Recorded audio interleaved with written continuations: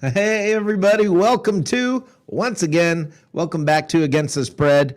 My name is Rick Hughes, and I am here with my partner in crime, Mr. Andrew Faubert. How you doing, Andrew? The partner, I got to remember my Top Gun or not Top Gun, my Young Guns references a little bit better. I definitely might have to be Lou Diamond Phillips in this though. And you may be Kiefer Sutherland. Might have to go with Emilio Estevez. I haven't figured it out yet, but I am doing fantastic. It's another Wednesday night. More picks, talking betting. I love winning money. I love getting the fans money. And I just love talking sports, buddy. It's good to be back. Yeah, it is good to be back. And I don't want to talk about betting, but about our picks or anything like that. Unfortunately, we're gonna have to do that later on. But just shut up, okay? What? All right. There's a reason we start this whole thing not with my first take. There's a reason we start this little segment with First Take by Andrew Faubert.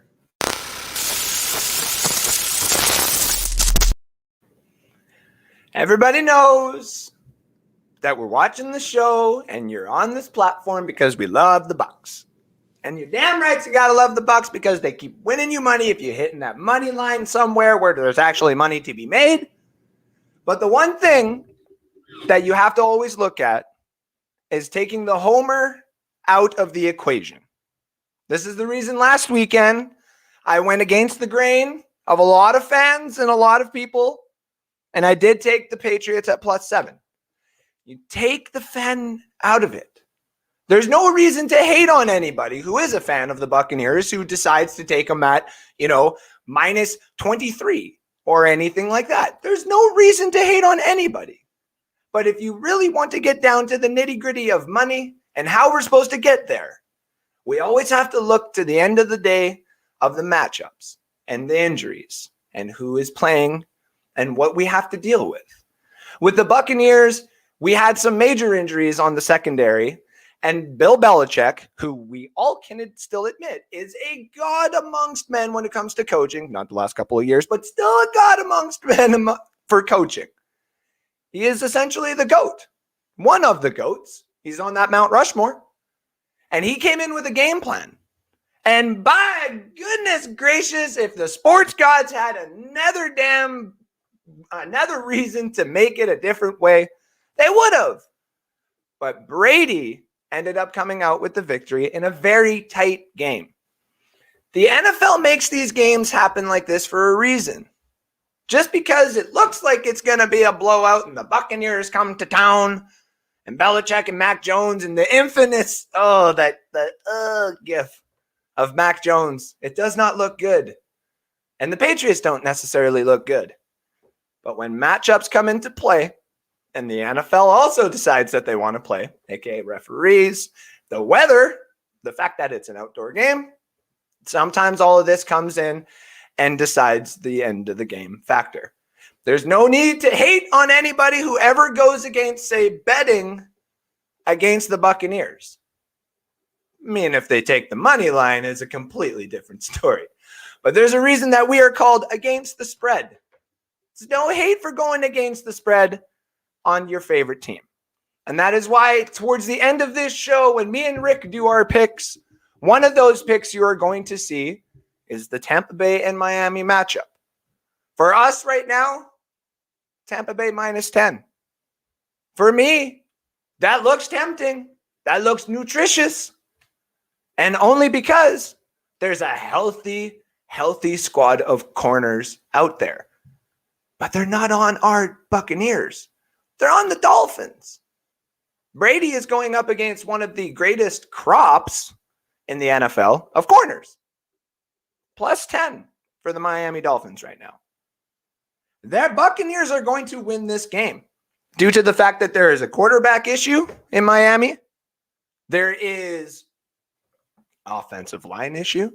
And there is a running back issue. Running back, essentially, there is no running back. They have 5 and they can't figure it out. The one thing that they do have is they have 2 to 3 very underrated wide receivers. And the fact that Jacoby Brissett may be going into this game knowing that he might be playing for a starting role somewhere else later on, might be able to come out with a loss, but that loss might be a little bit closer than we are all anticipating and we're all thinking. I do think the Bucks are going to get this win, but that plus 10 right now that is looking out there is also looking very tasty. So thank you, everybody. This has been the Ginger from the North and my first take. All right. Always with the wise word there. And it is a fact. When it comes to betting, the homer thing has nothing to do with it. You've got to just you got to be rational. You have to pull everything, all your favoritism, put it all aside. Exactly. And that's a tough lesson to learn. Now, let's just talk real quick about this last game. All right, let's get into that real quick. Yeah. This last game, to me, now you said Bill Belichick, he had the perfect game plan. If his game plan was for rain, you're correct. I think that played a huge role in this whole thing. But Agreed. I think emotion played into this too, and I don't think Brady was. I know we think he's like a machine, but I think it affected him. Do you? I do think so as well. The noise, he hasn't been there in a while, so it might have gotten to him a little bit. Yeah.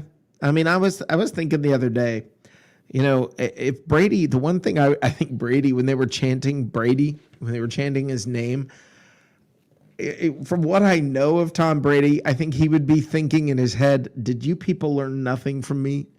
You're supposed to hate me now. Win, win, win, win. Focus on nothing else. Win. It's all about team. Win. Yeah. And I wonder if Brady, I wonder if it didn't ever cross his mind like, holy cow, they didn't learn anything.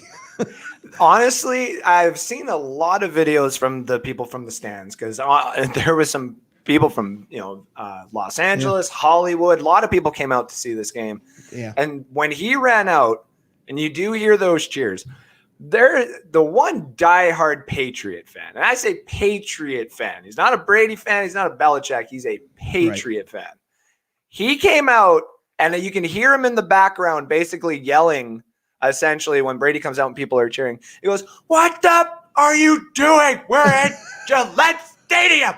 Right. I was like, thank you. That's the guy. That's the guy that Tom Brady would be proud of. Exactly. The guy that hated him for that. Yeah, absolutely. Absolutely.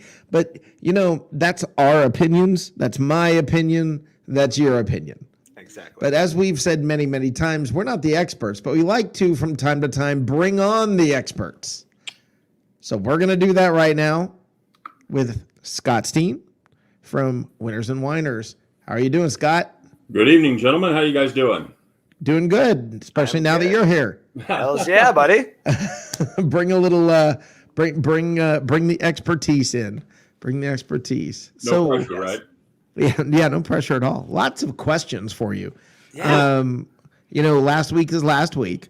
We got to look forward now because that's all over with. That's right. The Bucks-Dolphins game.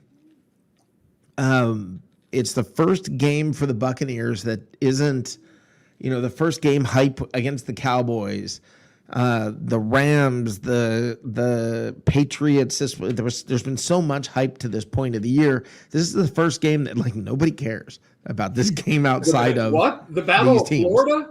Well, outside of these teams, right? Nobody really cares. And is that good, bad? Does that impact the game at all? I mean.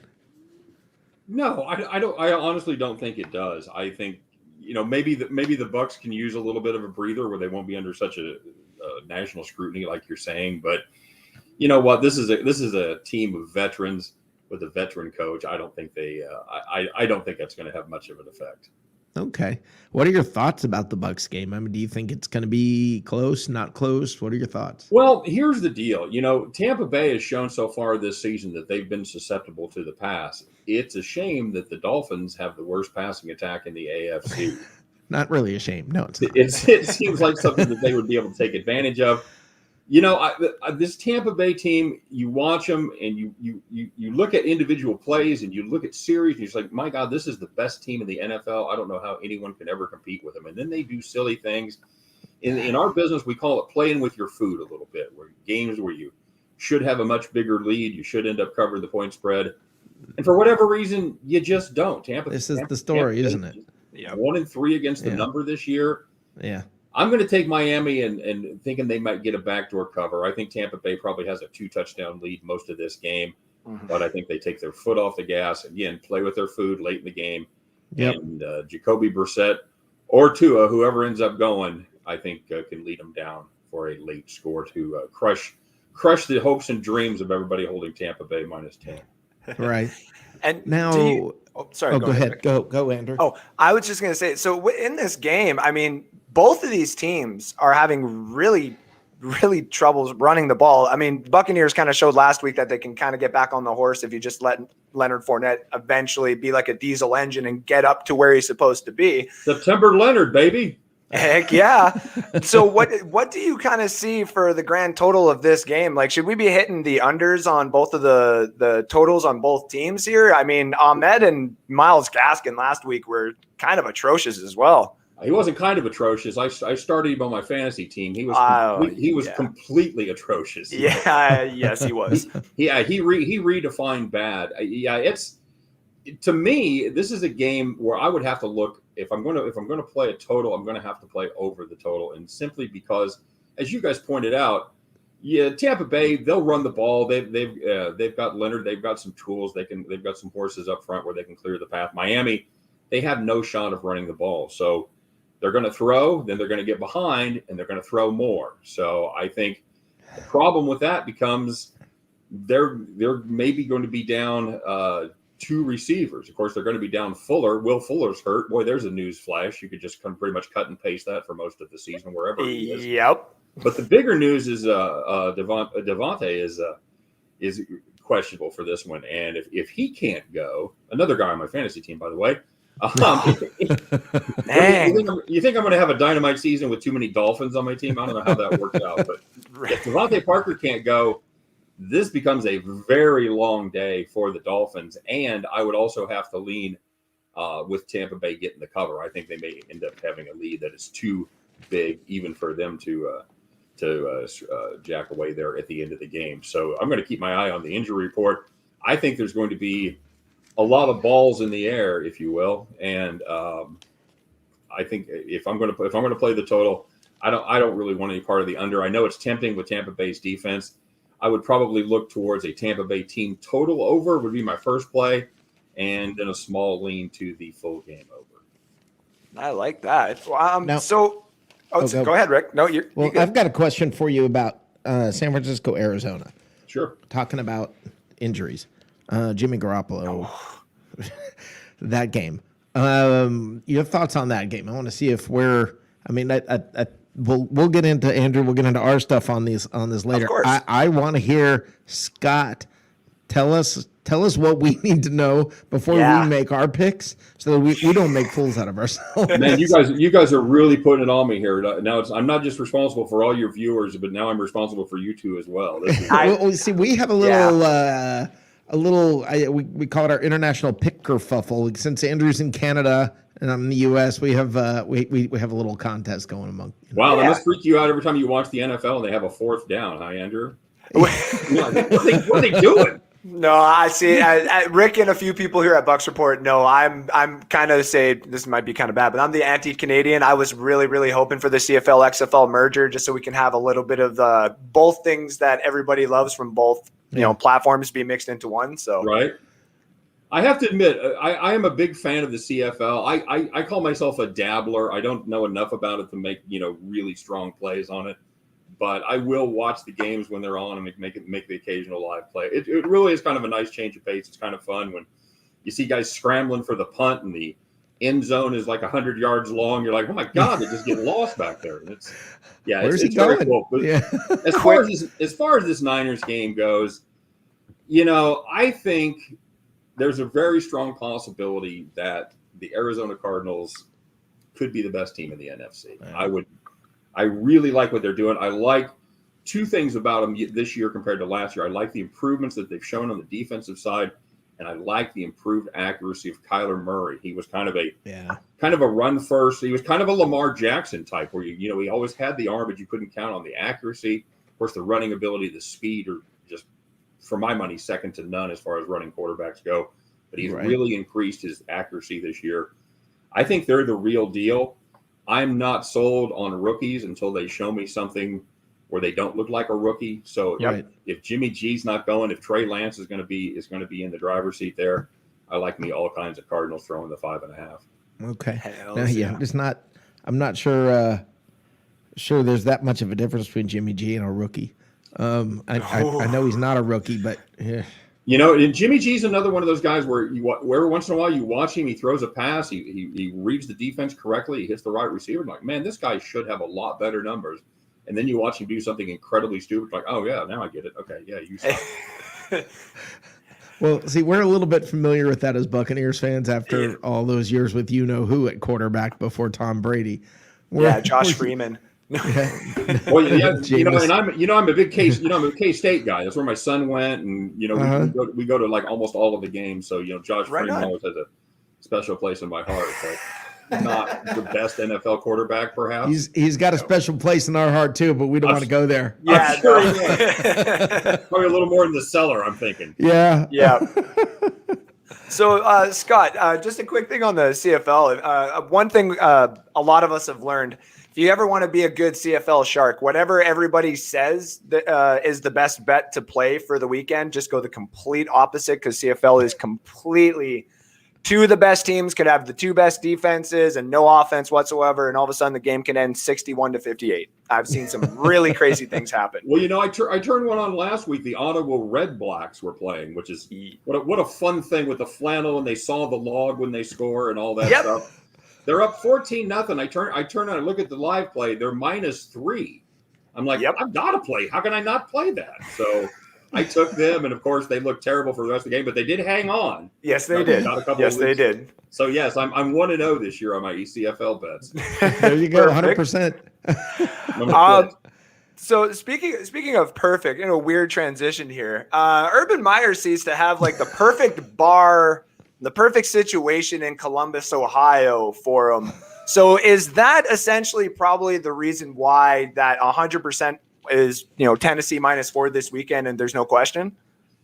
Yeah, that and the fact that Jacksonville is just a dreadful football team, but all the reports you hear that he has lost control, if he ever had control of that locker room. I don't think he has the respect of his players. Right. I'm sure grinding on a girl in the bar after that loss, I'm sure that really helps with the respect level of his players. We've got him. I don't know about this game Sunday, but I know the best bet of the season is going to be Urban Meyer, first coach fired or leaves at -200. Well, yeah, but he's getting a headache as we speak. I have a special place in my heart for anyone that has big enough cojones to take Jacksonville this weekend. I want no part of that. And this Tennessee team, make no mistake, they're dreadful. This is it's a decent offense. They've got Tannehill, of course. They've got Derrick Henry, but that defense is just beyond. What happened there? A couple of years ago they were awesome. And you've got a defensive coach. I don't know how you let that happen. But they have no pass rush. They can't cover anybody. Yeah. So of course I like them big. Yeah, and I've even said, Rick knows this too. I did kind of change it towards the beginning of the season with my Tennessee take. I kind of leaned them maybe to get to the playoffs, but I did state like the three veterans that they lost on that defense, or just even in the offseason, the two corners, a couple of the defensive linemen as well. They're kind of in the middle of the pack as well for being against the spread. I know that they did really good in the second week. A lot of people won money off of them coming back.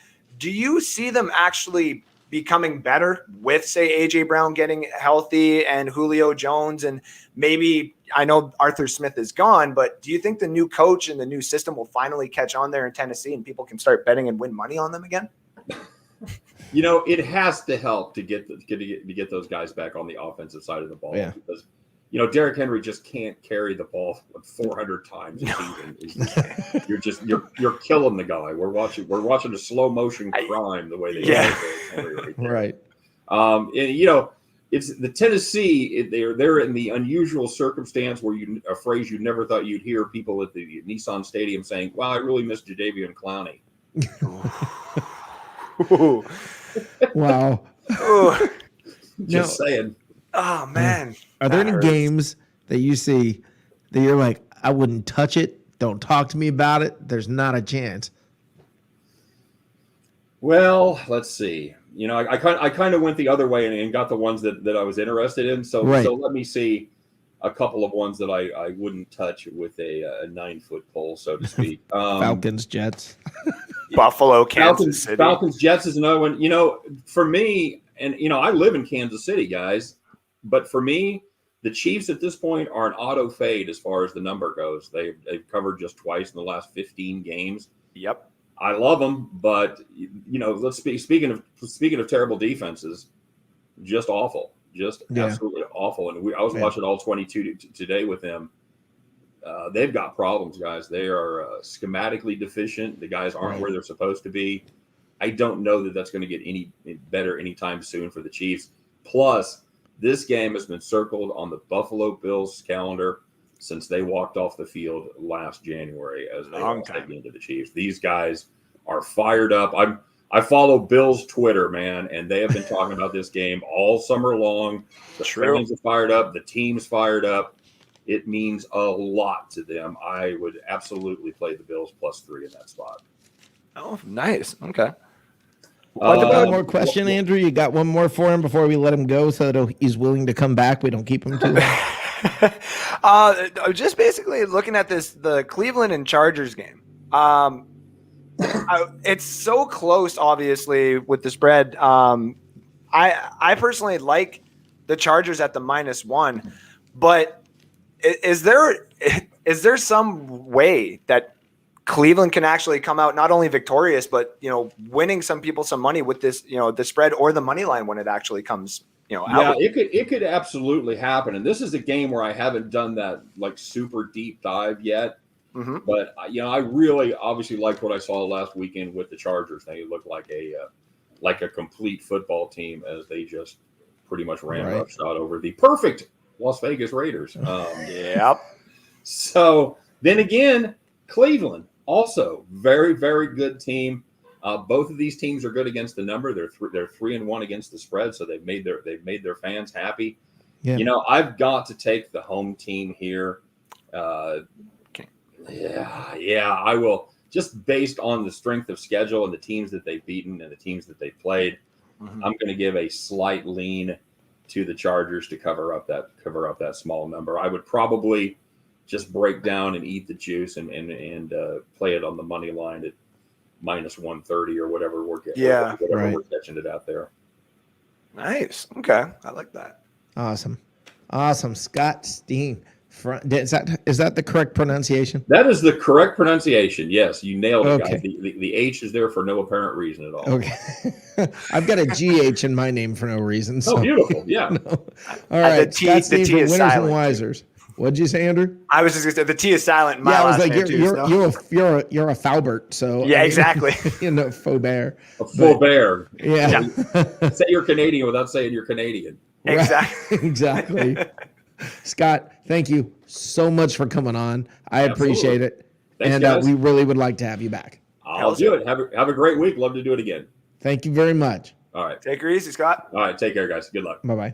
Awesome. It was good to have him on here. And, let's get some expert stuff. You and I can tell this is going to be interesting. We're seeing some things differently, and we'll see what happens. I was going to say, is that sirens outside my house? Yeah, that's outside my I don't know what's going on. No, it's okay. I was like, do I need to run again? I've got a cat snoring. I've got sirens going. It's like, what the heck?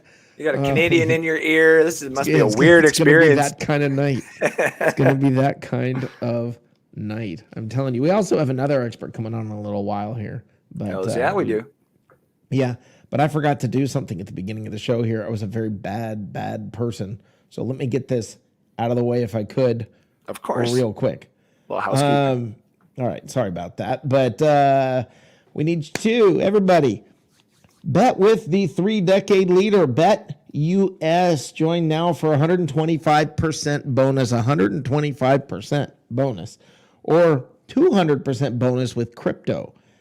Use the code BucksReport125 and bet sports, casino, horses, pop culture, and more at BetUS.com. You bet, you win, you get paid. BetUS. And I forgot to do that. So we'll do that in 15 minutes again. No worries. We got to pay the bills. That's right. That's right. Actually, we have another guest coming on in a little bit that I'm looking forward to having on here. So we will once again bring on the experts. And but Andrew, there are some games this week that not just when it comes to betting, but just for football, I just don't care. I mean, a Falcons-Jets game. Yeah, even though it's in London, like, okay. Yeah, good. That'll get over with early. Yeah. Sleep in. It'll be done. What was the score? Check the highlights before the real stuff comes on. Yeah, like, highlights. Cool. Highlights. But, oh, man. So let me ask you this.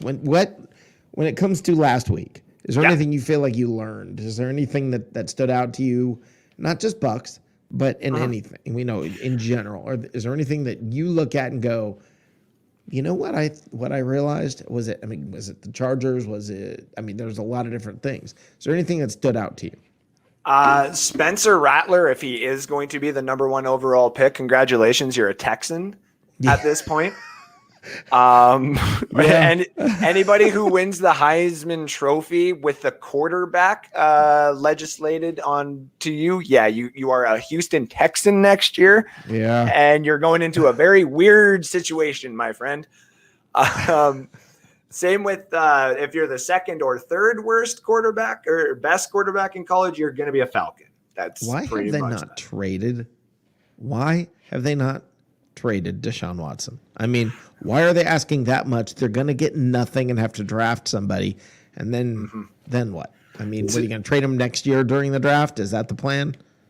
To be completely honest, I don't want to sound, it's going to sound weird and Canadian because whether he's guilty or not, right, the current owner, in my honest opinion, is the son of the same owner who said the thing at the owners meeting that kind of really started a lot of the player personnel being like, okay, we need to get a little bit more players in the door. We can't have this anymore. Right. So I, in a weird way, think that it's they want to keep them. It's kind of like a weird grounding, you know. You need to pay for what you've done. We technically own you right now. You're saying bad things about us. You've let all the bad things about our organization basically go out into light when the Washington football team has had their stuff been going on. Right. And yet we're still the talk of everything that's been going on in regards to that. Yeah, you're bad when. Yeah. Exactly. So either I think the offers were too good that if they actually did go and make a trade, they probably at the end of the day would have thought they never got enough. Right. Or now all the trades that we have seen, like the 3 players and the 3 first-round picks or a quarterback, an offensive line essentially and a first-round pick, all those kind of things may not have actually been offers. So teams may actually have turned back. Like, look at the Stephon Gilmore. 2019, he was Defensive Player of the Year, and all of a sudden he gets cut by the Patriots. There's still certain things, obviously, in-house we'll never know. That also being said, whether he's guilty or not, he's still an elite talent. And Houston, every single day that you have him on the roster and you got to pay the $8 million or whatever it is to have him there, you lose value and you screwed up all because of pride. And now, he has not been suspended or anything. Nope. Why is he not on the field? I think it's because it's that pride. You heard us. We're not putting you on the field. And maybe he actually has gone as far as saying, I am actually not going to play for you. Right. So maybe it's kind of the clashing of both worlds where it's kind of hit that lull stage where we can just let the waters breathe after the hurricane or after now we can see the eye or whatever it is. But now it's going to get bumpy here again because some teams are about to lose quarterbacks. Some teams that we never thought with their quarterback situations are now going to be the talks. I mean, right. Washington has come right back into it now. The Raiders have kind of come into it now because of the whole Derek Carr talk and why haven't we extended him? It's because they're probably sniffing at Aaron Rodgers or Deshaun Watson or heck, even the Russell Wilson situation in the offseason. Right. And honestly, because of Aaron Rodgers, what he's going to do in this offseason, that is going to hurt Houston's value. That just changes the whole dynamic of the league. Exactly. There's so many moving parts in the whole league when it comes to that. The chain reaction. He could go to a team that already has a pretty decent quarterback. Now that quarterback's going to go somewhere else. Mm-hmm. And I mean, the way it's all going to shuffle its way down. I mean, Aaron Rodgers is not signing with the Texans. We know this. No. So, I mean, you know that's not falling into it. He's going to go to a team that's pretty good, and that means he's going to go to a team that probably already has a quarterback. So, and then just the domino effect that happens at that point is pretty phenomenal. Yeah. Did you happen to see the picture of it's photoshopped, obviously? Put Aaron Rodgers in a Steelers jersey? No. Because the whole Pat McAfee has made some jokes because of the whole Mike Tomlin thing, and Aaron Rodgers talked about how he loves Mike Tomlin. He thinks he's one of the best coaches in the league. He loves what he does. He loves the way that he runs the crew. So now everybody's thinking, are you thinking Pittsburgh? And to be completely honest, if you gave Aaron Rodgers that defense, I know their offensive line is a little shaky, but just that crop of wide receivers. He'd get killed at that age, though. Oh, true. But I think what would happen is Pittsburgh would just inevitably, if for some odd reason got Rodgers, the say $23 million they would have left in cap, they'd be like, all right, any offensive lineman, we'll overpay you. Yep. Please come here. Yeah, because I mean that would like we said, that would change the whole dynamic of the league, especially that division. Everything would change. Sure. Yeah. Four great teams. Say 4 playoff teams essentially. It'd be the NFC. Was it the NFC East or the West? The NFC East last year, nobody could make the playoffs. Sorry, I just had it confused in my head. Yeah, the NFC West there. Yeah. I mean, you imagine if that could happen in with the Ravens and the Steelers and Bengals, even the Bengals. Even the Bengals, I know. I know. And that's another one that we both kind of laughed at. Like your defense is still kind of not atrocious, but they're mid-pack atrocious. Yeah. And your offensive line is going to get Joe Burrow killed. But, oh, my goodness gracious, I totally understand why they drafted Jamar Chase now. Oh, yeah, absolutely. Chemistry sometimes cannot go overstated. That's just the way it is sometimes. Yeah, absolutely. Absolutely. So, bluntly put, and we'll get to this in a little bit, you killed me last week, Andrew. You destroyed me. I'm glad you say it like that because I don't you know me. I'm not cocky unless it's a Saints fan that comes at me. Then it's like, come on, bring it. It's all good. It's all good. By the way, everybody, we have pinned in the chat a link with all the information. Andrew, you want to go ahead and grab one of those and read?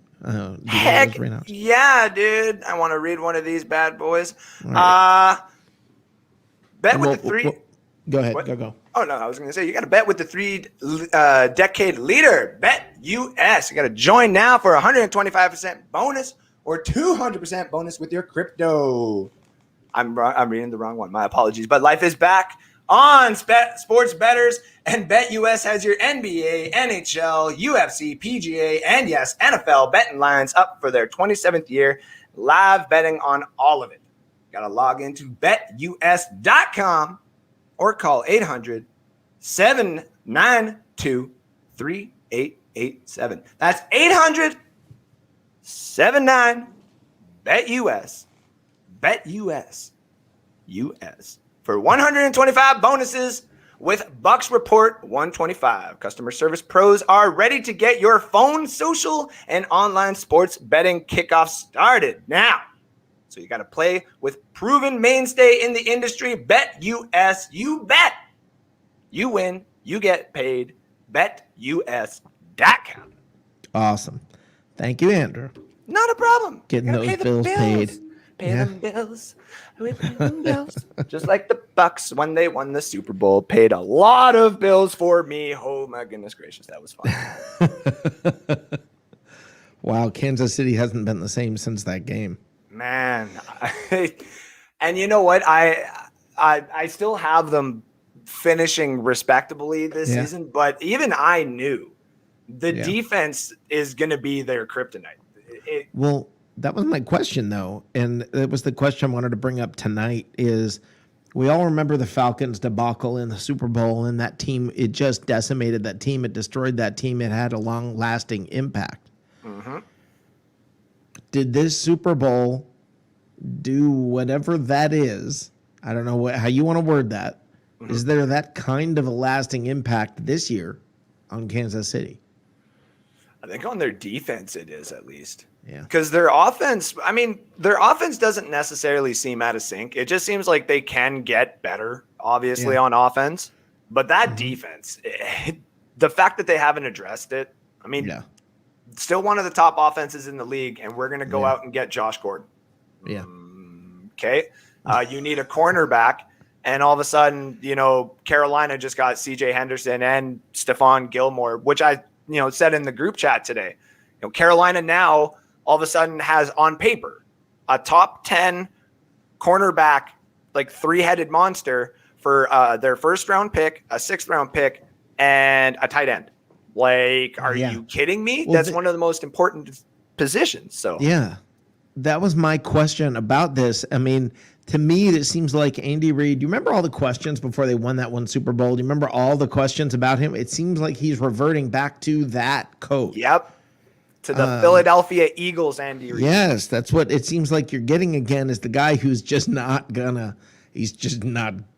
worry about defense and we're just gonna try to outscore you, and which does work sometimes, but when all of a sudden you reach a Todd Bowles defense and he's all of a sudden got enough players on there, like, hell's yeah. Yeah. That's what I think we're looking at happening. And I'm fascinated. Let's call it, I'm fascinated by looking at what's happening in Kansas City and wondering, and I want to watch for a couple more weeks. I'm not ready to throw in the towel. I'm not ready to go there yet. Mm-hmm. But I will tell you, this week's going to tell a lot about this team. Yeah. I think if they do not bounce back, if they lose, if they have a bad week this week, it's going to tell a lot about this team. And I think we can, I'm going to say, Fuji. Hi, Professor. Is that the professor? Yeah, it's the producer. Hi, Professor. Or producer. My apologies. Apparently he had something to say. Well, we know he liked you. That's the problem. Well, he fired me and hired you. So what am I supposed to say to that? He's like, hey, is that weird son of a gun?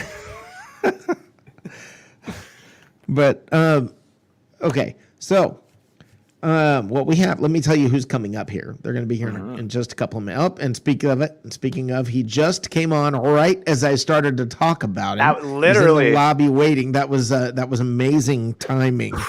Coming up, we have, and I'm probably going to say his name wrong, but we're going to find out as soon as he comes on here. John McKechnie. I don't know if I said that right or not. But John McKechnie with sports, he is the sports betting editor and college football editor at rotowire.com. So I'm very excited to have him on here.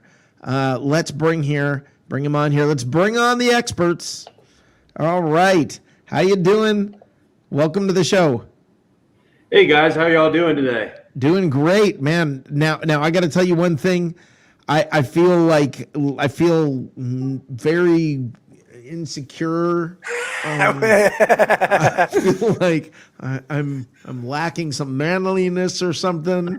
As We're a outnumbered fan, on the facial hair front, I will say. there's A lot of red hair. fantastic mustache, my friend. Thank you. Appreciate it. Not a problem. Wow. If you guys got together and you'd have like a complete. Never mind. Hey, I was Put giving this you a hard on time. him? No. Yeah. No, me with just a mustache too. Oh, I gotta try Yeah. that. Yep. There you go. Well, welcome to the show. Thanks for having me on, guys. This is a really cool thing you guys got set up here, and really cool idea for a stream. And I'm happy to jump on with y'all. Appreciate you it. coming on. Big time. Andrew, you want to take it? Yeah. So, I mean, this weekend, there is a few games that are obviously what you would call the untouchables. Every weekend, you usually get in football, any sport really, there's a game everybody's not going to touch. Is there 1, 2, maybe 3 out there that you got this weekend that you were just absolutely not touching or you're going to stay away from? I always struggle mightily with the Thursday games, and especially in a case like this one where we got a divisional matchup. They're meeting for the first time this season. Of course, I'm talking about Rams Seahawks. This one is just really, really hard to figure out. It's in Seattle. That always changes things. The Rams look like absolute world beaters up until this past Sunday, and now it feels like the Cardinals have kind of taken the reins, if not just for a moment, out in the West and maybe in the NFC overall. So Rams giving 2.5 on the road to the Seahawks like this, it's tricky. I do believe that the Rams are the better side here, but at the same time, again, the short week conundrum, coupled with the fact that we got fans back in the stands in Seattle, it's one that is very, very tough for me to feel particularly confident one way or the other on. Yeah. Okay. And with regards to, say, that game as well, Matt Stafford and the Rams there, he's been on fire. Like, he's throwing a lot of touchdowns. I've even said this year, at the beginning of the year, I'm just going to ride him to have 3 touchdowns every single game. I'm throwing money on it every single time. I'm 3-1 this so far. What do you think about that going forward? Do you think he still consistently can throw that, maybe here against Seattle, or? As far as his prop number is concerned, it's hard to see Stafford, see the way that offense functions, and see the weapons that he's working with, and say, no, he's gonna throw less than 3. In today's NFL, especially with also the fact that the Rams just simply don't really need their run game all that much, and it all flows through Stafford. I feel like more often than not, we're going to see Stafford go ahead and hit that 3 or even better. I mean, the way that Cooper Kupp is playing right now, out of this world. I know he came back to earth a little bit this past week, but still, the connection that they have right off the bat, insane. Robert Woods really hasn't even shown up yet this season, so we're going to start to see that come along, I think, in due time. And then, as you guys are keenly aware, a couple weeks ago, it's like, oh yeah, you got everything else covered up. We got Deshaun Jackson just for funsies here. So we're very familiar. Just so much at Stafford's disposal that it's really tough to bet against him. So I think going with that one, tailing that, I think is a smart play. Okay, got to ask you about. I mean, you're on Bucks Report. Got to ask you, Bucks Dolphins game. Would you go near it? I think I would. Let's pull up the number here, but I think that. The number we Dolphins had was the Bucks by 10.5. 10.5. I mean, that is a big number, of course. I mean, anytime that we're creeping into the double digits, right. That's a lot to consider. But, as we saw last week, and the Dolphins aren't quite where like the Texans are, but sometimes it feels like you just kind of get dared to take the points. And sometimes the other side is just too good. And we saw that with the Bills against the Texans again a week ago up in Orchard Park, where that cover in and of itself was never really even in question. We got the Bucks coming back home after a couple of weeks on the road. The hard-fought games Sunday night in New England and everything like that. Yeah. 10 points feels about right. Jacoby Brissett is back there again, with Tua still injured. I just don't think that the Dolphins have the offensive firepower really to make the Bucks hurt, especially at the one part of their defense that you could say is a bit of a question mark, and that's in the secondary. Right. And they certainly aren't going to be able to run the ball whatsoever. So that the game's going to be on Brissett's shoulders, and I don't think that he can really deliver. And then on the other side, we started to see Leonard Fournette come alive a little bit this past weekend. The Dolphins really have struggled against the run. The fact that they lost to Indianapolis last week to this particular Indianapolis team is just kind of inexcusable, even with Brissett back there. So I'm very low on the Dolphins right now. They are really far off from where I anticipated them being earlier in the season. And whereas like the Bucks, I do think that they are among the class of the NFC, and I think they will take care of business and cover that spread. I like that. What about some of the overs there? Like, for example, I know that we're, against the spread show, but Buffalo and Kansas City, are you just like smacking that over all day, every day this week too? Or? That's a high one at 56.5. That's a number that usually we don't get treated to seeing too many of those. And it is going to be a primetime game. So that's awesome as well. Overs, I usually kind of end up making my mind up a little bit later on in the week, but it's hard to say no to this one. I guess like the Bills defense has been solid this year. It's maybe unsustainably so. I think that they've kind of gotten run into some bad offenses through this early part of the season that kind of gooses their numbers. Going against Mahomes on the road is a completely different story. We started to see Tyreek Hill come alive a week ago. Clyde Edwards-Helaire has put together back-to-back strong weeks. We've had two quiet-ish Kelsey games in a row, so you can't really expect him to stay down for too long. And then, on the Bills side of things, Allen seems to be playing extremely well. Outside of that Pittsburgh game in the opener, he's been crushing it. Emmanuel Sanders has been a nice little addition for them. We haven't even seen like the Stephon Diggs game just yet either. So 56.5, it's obviously high. It's the highest total on the board this week, but prime time, I think at this particular juncture here on this Wednesday evening, I like the over. Okay, nice. Now, again, everybody, this is John McKechnie, correct? Nailed it. Okay, John McKechnie, sports betting editor and college football editor with RotoWire. So you're getting information that you want to pay attention to, not me and Andrew. Yeah. And now there's two other games that I want to talk to you about just because they are NFC South games. The Philly-Carolina game and the Saints-Washington game. We'll talk to you about those before we let you scoot out of here. Philly at Carolina, first of all, if it wasn't in the NFC South, I wouldn't care. Actually, I don't think I'd care about any of these games if they were NFC South games. But what do you see with Philly, Carolina? I'm interested because I don't know what to think of Carolina or the Saints right now.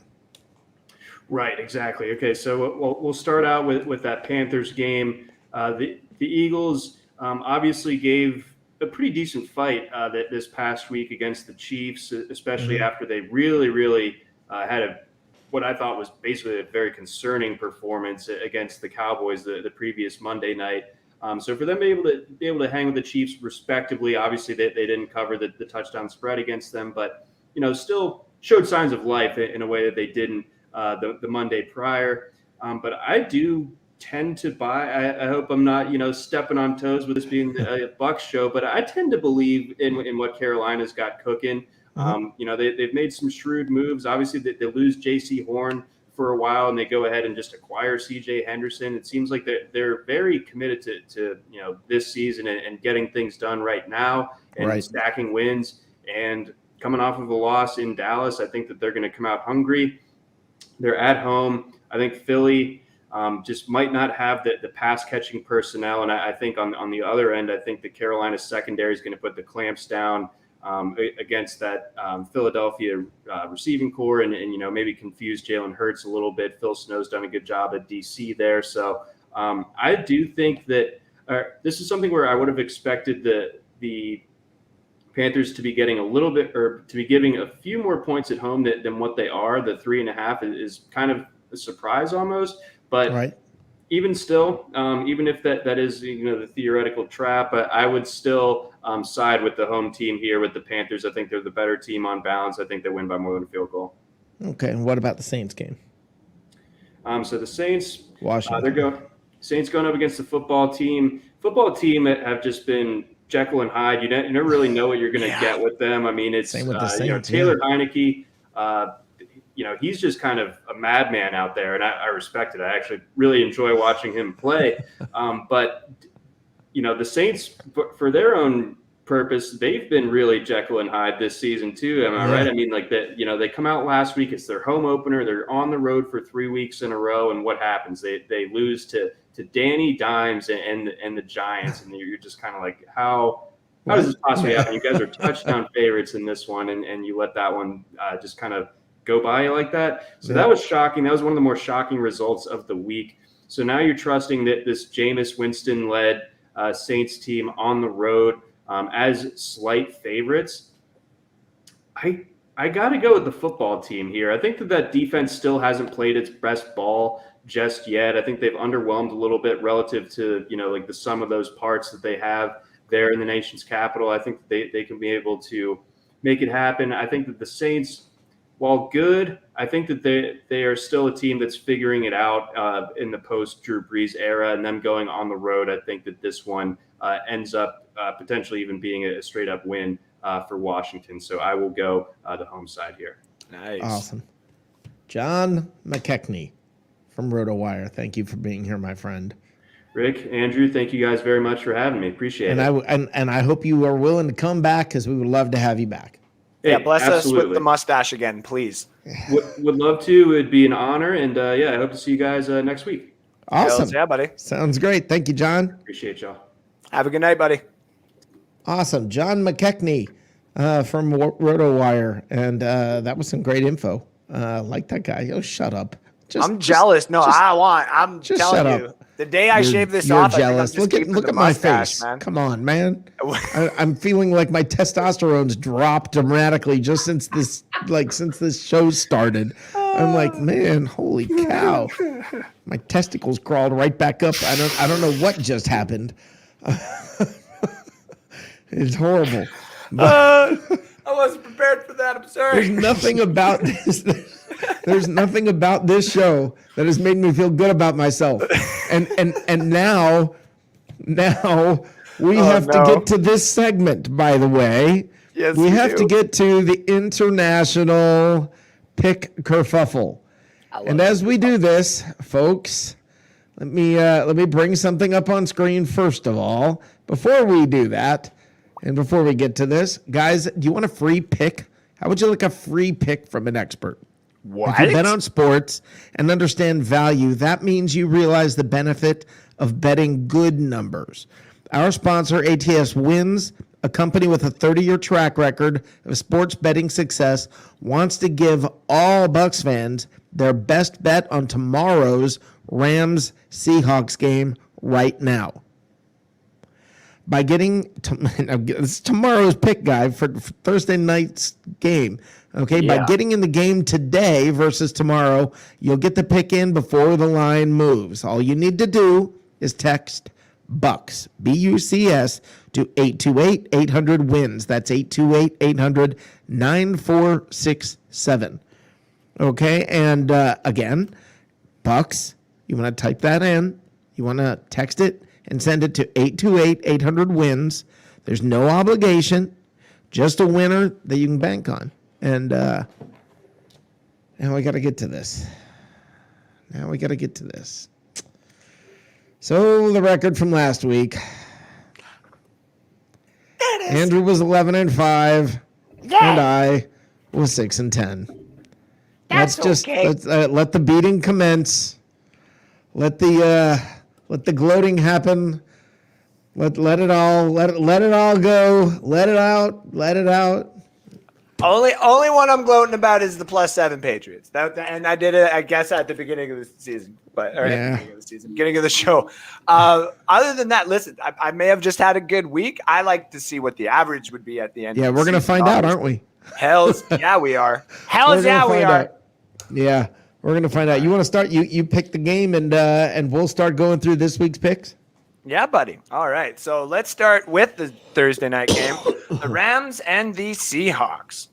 So I have decided to take the Rams on this one at the -2.5. Of course. Yeah. I took the Seahawks. I think the Rams defense showed holes against this exact style of offense last week when they played Arizona. And I think that the Rams can exploit Seattle's defensive weaknesses, but I think Seattle wins and covers. I think it's gonna, Nice. yeah. Okay. I mean, I'm. What's your next game? We got the Jets and the Falcons in London. Who cares? But I know. Go ahead. We got the Falcons -3 on this. Yeah, we both got the Falcons at -3. Next one, let's go with. That was the line. Oh, sorry. Okay. Yeah, I do have the Falcons to win and cover, actually. Oh, okay. But I know the Jets won last week, but I have some very key information. This is breaking information. They're still the freaking Jets. Okay. So. All right, Jacob. Yeah. All right. Let's go with the Dolphins and. Actually, let's get to that last. And let's tear that one apart. Okay. Gotcha. Let's go then with the Eagles and Panthers. All right. Now, I'm on upset alert on this one. Ooh. Okay, the line that we have is Carolina -3.5. Yeah. Okay, that's what we're working with. And look, I think the Eagles are better than their record, and Carolina's 3-1 start is a bit inflated. Very true. Ding dong, that's reality at the door. Carolina is good. Carolina is not great. Philadelphia is also pretty darn good, and they are better than their record. And when one team looks better than their record and the other team, their record doesn't quite reflect, there's a mathematical principle called revert to the average. I think the Eagles win outright. Wow.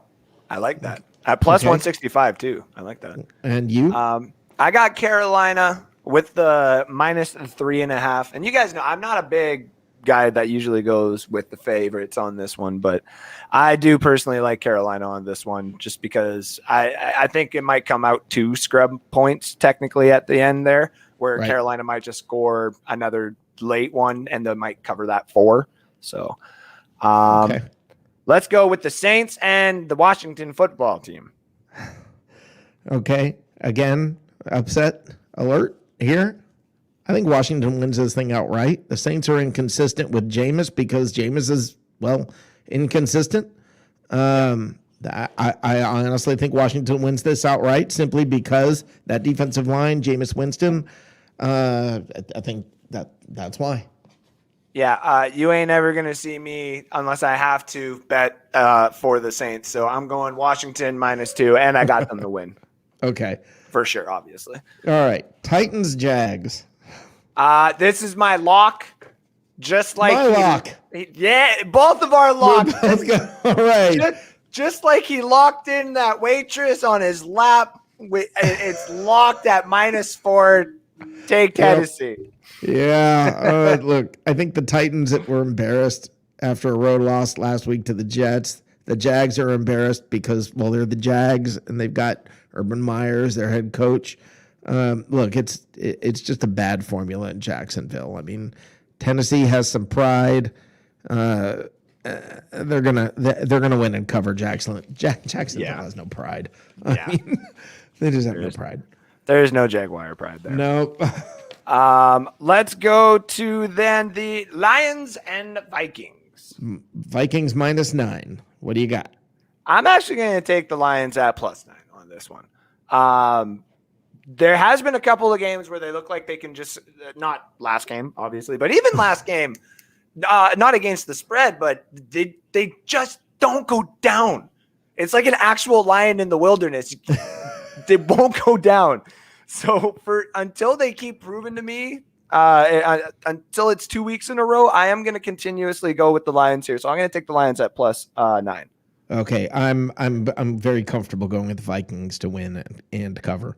Fair enough. Fair yeah, enough. I mean, I think the wheels are completely off Ford's wagon. I mean, I just think it's bad. Nice. Okay. Denver at the Steelers. Steelers -1. I think you're going to get heavy doses of Najee Harris and a desperation to win. That's what you have with Pittsburgh. Teddy Bridgewater is concussed, so I'm going to say Steelers win and cover. I don't want to touch this one. I don't either, personally, but we have to. Yeah. And literally everything Rick just said should essentially be the way that it goes. They're going to start Drew Lock. So the only reason I'm starting or I'm taking Denver at the +1 is I think Drew Lock can make it close. And I think he could possibly get Denver close enough to win it with a field goal at the end of the game. And this could also be the game that puts Denver over the top for them emotionally, where they can think to themselves, we are actually a good flipping team. So I'll take the Denver. over-under? I don't have the over-under on that one right in front of me either, but whatever it is, take the under. I agree. Okay. Green Bay -3 at Cincy. Yeah. What do you got? As much as I want to change my pick, I'm not going to. I am going to stick with Green Bay at -3. I don't want to touch this game because I have a weird feeling that Joe Burrow might look into the camera and say, "Gotcha." But I'm gonna take Green Bay to not lose in Cincinnati. Okay. But do you think they'll cover? Yes. They'll cover the -3. Yes. Okay. This is to me. This is going to be an interesting game. But the Packers seem like they're humming on all cylinders. They're steady. I'm not all in on Cincinnati, and you'd have to be all in on Cincinnati to take them over the Packers. So yeah, I agree with you. Green Bay wins and covers. Yeah. All right. New England -10 at Houston. I don't want to touch it. Houston is really bad. I mean, seriously, wow, bad. I'm taking the Patriots to cover. As bad as they are, if the game is going to be close, which I think it could be, not say points wise respectively, I do think it'll be like a 9-point win. Okay. Right. And with that, I do think Texans would technically cover the +10, but it's not going to be a fun game to watch at all here, guys. No, that's just going to be ugly to watch. Yeah. There's at Raiders, the Raiders -1. Now the line that we took it with the Raiders -1. Now the line is 5.5. So it's moved a lot. Yeah. I think it's because of the change at quarterback for the Bears, but look, the Bears are just playing an offensive twist. I mean, who knows what the heck that's all about? I mean, we're going to name Andy Dalton as our starting quarterback 2 days later. Never mind that. I mean, that just does not speak well for the organization and the coaching. It seems like the coaching has lost control of coaching, and that's very bad. But I think the Raiders are overrated. So, I mean, I'm gonna pick that the Raiders will win and cover the 1, but not 5.5. No, I mean, we're going with the line when it was -1. The Raiders will win and cover the 1. See, I had it when it was at 5.5. So, but if we're taking it at the -1, if we're going at 5.5, and I'm fine with that, then I'll change it right now. Okay. We're going at 5.5, and I'm gonna say the Raiders will win, but not by 5.5. No, and that's where I say the same thing. I think the Raiders could win, but the Bears will cover that 5.5 there. Right. Justin Fields, this defense that he's going up against just feels like the proper defense for Justin Fields to have the proper coming out game. Whether it's Nagy doing anything to help that or not, I think Justin Fields himself could at least make the game close. So I'll take Chicago 5.5. Okay. Browns Chargers. I've got an upset here. Look, the Browns are for real. Yep. The Chargers are emerging, and I do think that they are for real, but I still think the Chargers are that team that finds, like, remember all those years with the Chargers when they'd win, and then they would just, like, lose this one game that they should have won that was kind of important, but they weren't, it was like that hump that they could never get over. I just feel like the Chargers are still right there, but they haven't gotten over that yet, and I want them to prove it to me first. Okay? This is the game. After this game, I will believe in the Chargers if they win and cover. But right now, I've got the Browns winning outright. I think with Nick Chubb and Kareem Hunt, I'm going to take the Browns. Okay. I actually, like I've said, I like the Chargers this year. And at the beginning of the season, this is on me. For if I actually believed in what I've said about the Chargers, I would have made a lot of money right now betting on that. So I'm actually going to start hopping on that train and see if I can still win a little bit of money off of it. So I am going to take the Chargers at the -1. So they will win today or tomorrow or Sunday, whatever. Or whenever it is. Yeah. All right. Before we continue, you guys, if you do want to bet with the 3-decade leader, BetUS. Join now for 125% bonus or 200% bonus with crypto. Use the code BucksReport125 and you will get that 125% bonus or 200 with crypto. You can bet sports, horses, pop culture, and more at BetUS.com. You bet, you win, you get paid, and that's the key. BetUS. So. Well, Giants at Cowboys. Cowboys -7. What you got? I want the Giants at the +7.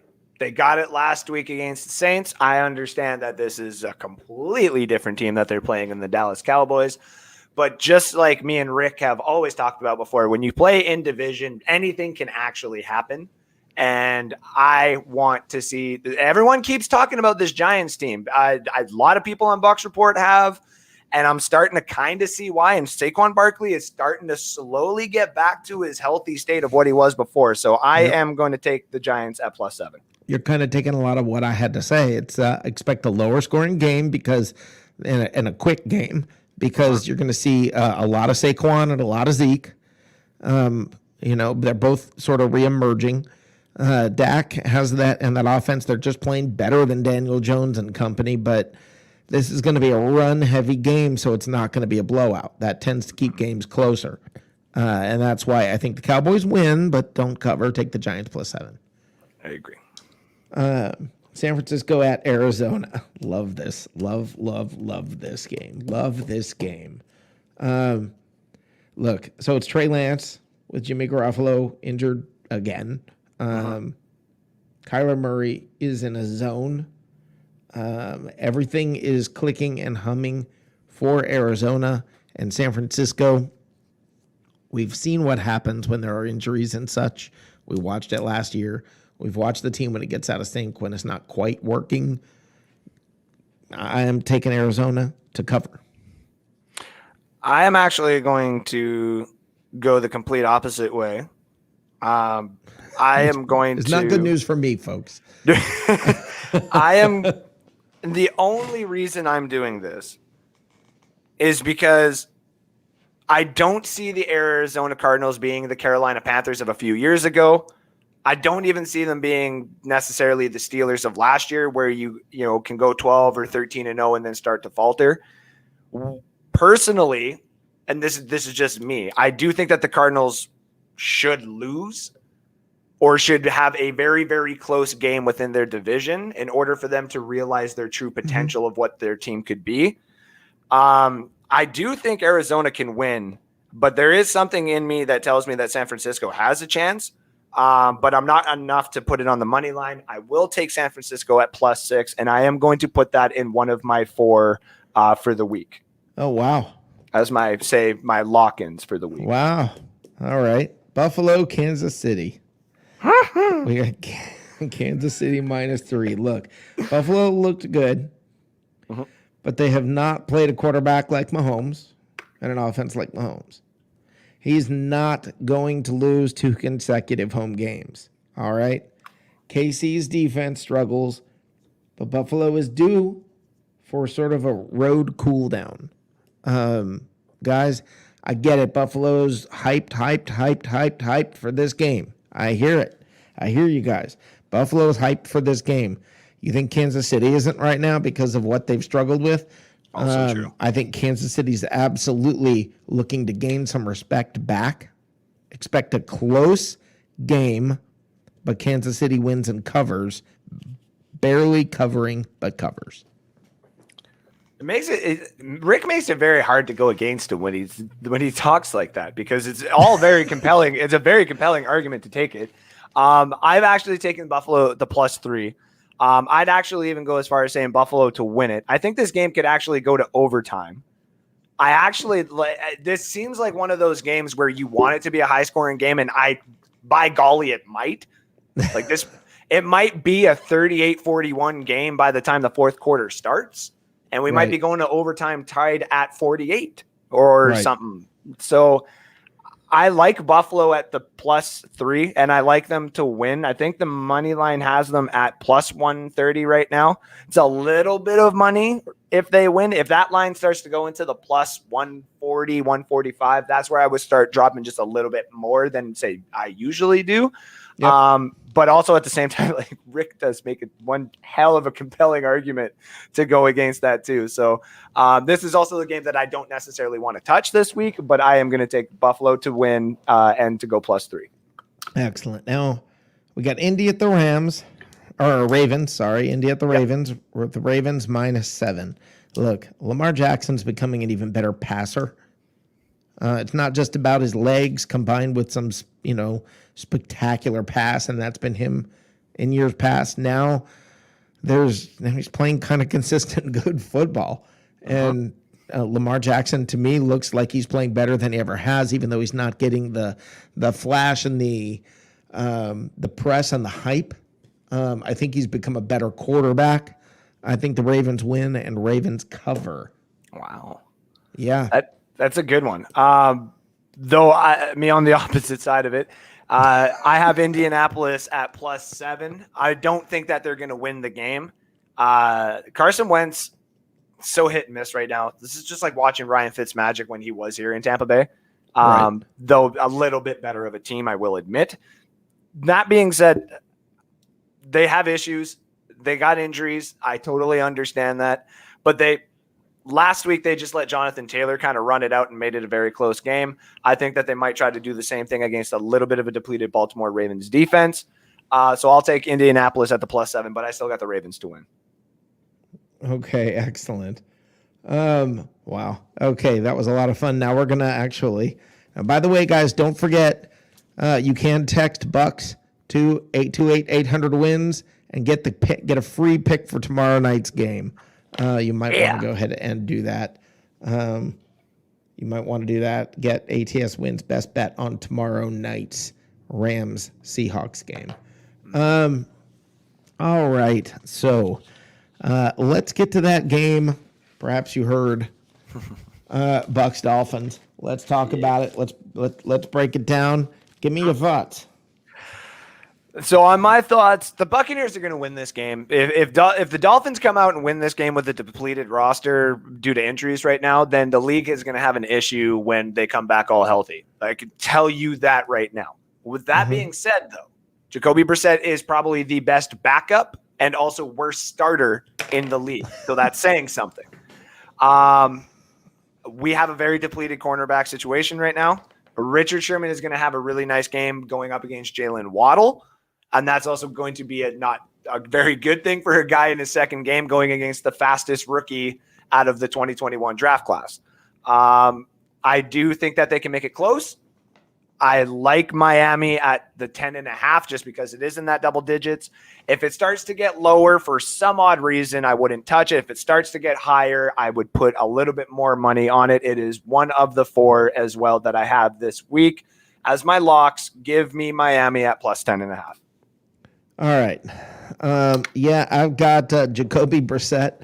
Yeah, not scary. Not. Look, the Bucks are going to continue to lean on regular season Lenny. I really think they're going to continue to try to develop that running game and run the ball. I don't think this game's really ever going to be in question. I don't think it's ever going to be in doubt. But again, we're talking about a game that they're going to run a lot.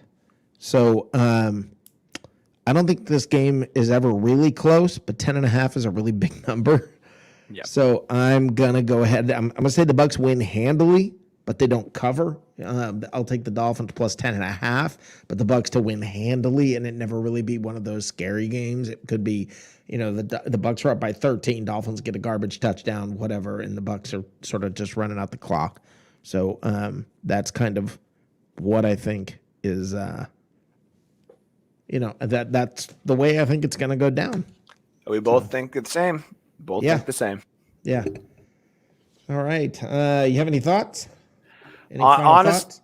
Honestly, off Besides top, kicking my butt and embarrassing me and making me feel like I've you with the Mr. Testosterone 11-5.